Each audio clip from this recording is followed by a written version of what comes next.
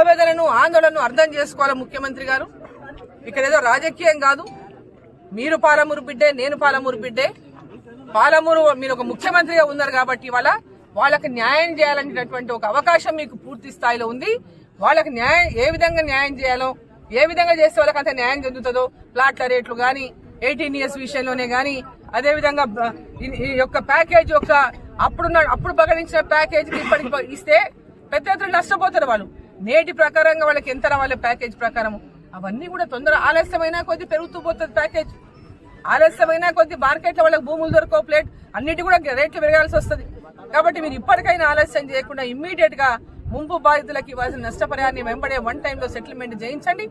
ప్రాజెక్టుల పనులు నిరాటంకంగా కొనసాగించండి. ఉదండాపురం రిజర్వాయర్ పనులు పూర్తి చేయించండి. వాళ్ళు సపోర్ట్ చేయడానికి ప్రతి ఒక్కరిగా పనులకు అడ్డం చేస్తలేరు.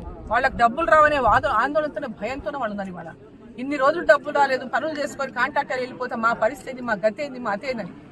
కాబట్టి ముందు వాళ్ళకి పేమెంట్లు చేయించండి, తర్వాత ఇక్కడ పనులు చేయించండి అని చెప్పి మీడియా ద్వారా ముఖ్యమంత్రి గారు నేను కోరుతున్నాను.